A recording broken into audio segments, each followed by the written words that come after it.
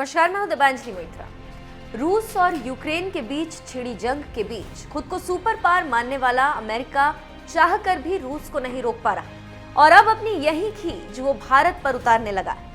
यही वजह है कि उसने सीधे तौर पर चीन का नाम लेकर भारत को हड़काने का एजेंडा चलाना शुरू कर दिया और यहां तक कह दिया कि जब चीन एलएसी का उल्लंघन करेगा तो बचाने के लिए रूस नहीं आएगा। भारत को धमकी दे रहा अमेरिका लगता है ये बात भूल गया कि जब अटल राज में भारत ने उसकी घुड़की के आगे घुटने नहीं टेके तो फिर मोदी राज में भला भारत कैसे डर सकता है।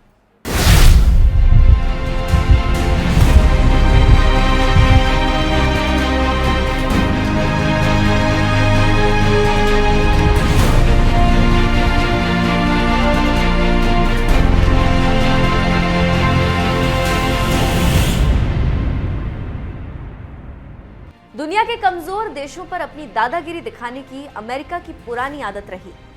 जब वो रूस, चीन जैसे बड़े देशों के खिलाफ कुछ नहीं कर पाता तो छोटे देशों को धमकी देने पर उतारू हो जाता है और ये काम अमेरिका साल 1998 से करता आ रहा है, जब भारत में अटल बिहारी वाजपेयी की सरकार थी।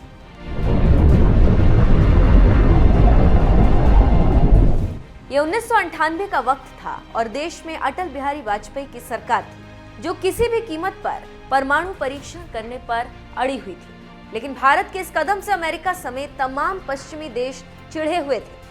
परमाणु परीक्षणों के चलते दुनिया भर में भारत को अलग थलग किया जा रहा था।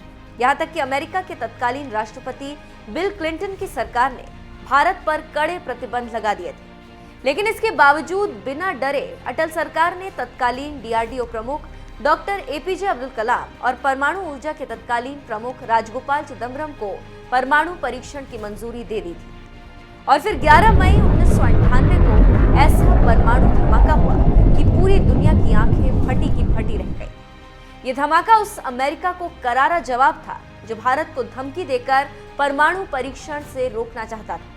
मगर तत्कालीन अटल सरकार ने अमेरिका के आगे घुटने टेकने की बजाय परमाणु परीक्षण करके पूरी दुनिया को भारत की ताकत का एहसास कराया। अब चीन के दम पर भारत को हड़का रहा अमेरिका। ये बात लगता है अमेरिका भूल गया है कि जब 1998 में अमेरिका की गीदड़ भभकी के सामने उस समय की अटल सरकार नहीं डरी तो फिर भला ये मोदी सरकार कैसे डर सकती। इसकी तो नीति ही रही।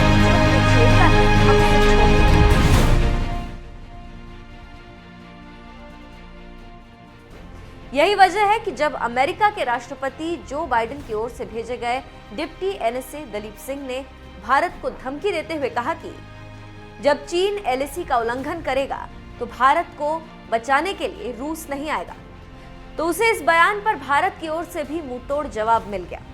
दरअसल भारत दौरे पर आए अमेरिका के डिप्टी एनएसए दलीप सिंह ने कहा था कि अमेरिका चाहेगा कि भारत गैर भरोसेमंद आपूर्तिकर्ता पर अपनी निर्भरता कम करने के तरीके खोजे।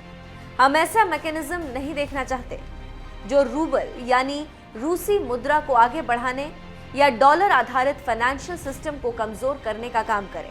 यानी अमेरिका चाहता है कि भारत रूस से तेल और गैस ना खरीदे जिससे रूस की मुद्रा रूबल मजबूत हो। लेकिन भारत को यह नसीहत देने वाला अमेरिका शायद ये भूल गया था कि खुद यूरोप रूस से तेल गैस खरीदने वालों में सबसे बड़ा खरीदार। और यही बात जब वैश्विक मंच पर भारत के विदेश मंत्री एस जयशंकर ने बताई तो ब्रिटेन की विदेश सचिव को भी भारत की बात माननी पड़ी। दरअसल रूस यूक्रेन युद्ध के मुद्दे पर गरमाई वैश्विक राजनीति के बीच फ्रंट फुट पर बैटिंग कर रहे विदेश मंत्री एस जयशंकर ने first India UK strategic future forum पर कहा, रूस से तेल खरीदने के चलते भारत के खिलाफ अभियान चल रहा है। यूरोप अब भी रूसी तेल का प्रमुख खरीदार है और कीमतें बढ़ने पर देशों का अच्छा सौदा ढूंढना स्वाभाविक है। मैं श्योर हूं कि अगर हम 2-3 महीने रुक कर देखेंगे कि रूसी तेल और गैस के बड़ी खरीदार कौन हैं, तो मुझे लगता है कि लिस्ट पहले से ज्यादा अलग नहीं होगी और मुझे लगता है कि हम उस लिस्ट के टॉप 10 में नहीं होंगे। भारतीय विदेश मंत्री एस जयशंकर ने ये बात उस मंच पर कही जहां ब्रिटेन की विदेश सचिव एलिजाबेथ ट्रूस भी मौजूद थी और वो भी एस जयशंकर की बात से सहमत नजर आई और कहा कि भारत एक संप्रभु देश है और मैं भारत को नहीं बताऊंगी कि उसे क्या करना है।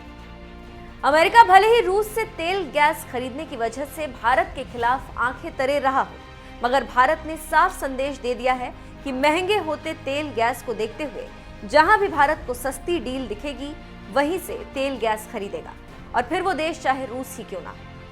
भारत का ये जवाब अकड़ दिखाने वाले अमेरिका के मुंह पर जोरदार तमाचा है, जो भारत को ये नसीहत दे रहा था कि भारत रूस से तेल और गैस न खरीदे, जिससे रूस की मुद्रा रूबल मजबूत हो। मोदी सरकार का ये दमदार रुख बता रहा है कि जब 1998 में अमेरिका की घुड़कियों के आगे अटल सरकार नहीं डरी, तो अब भला मोदी सरकार कैसे अमेरिका की घुड़की के आगे डर सकती। बहरहाल पश्चिमी देशों के खिलाफ अटल सरकार से लेकर मोदी सरकार तक ने जो ये सख्त रुख दिखाया है, उस पर आपका क्या कहना है? अपनी राय हमें कमेंट कर जरूर बताएं।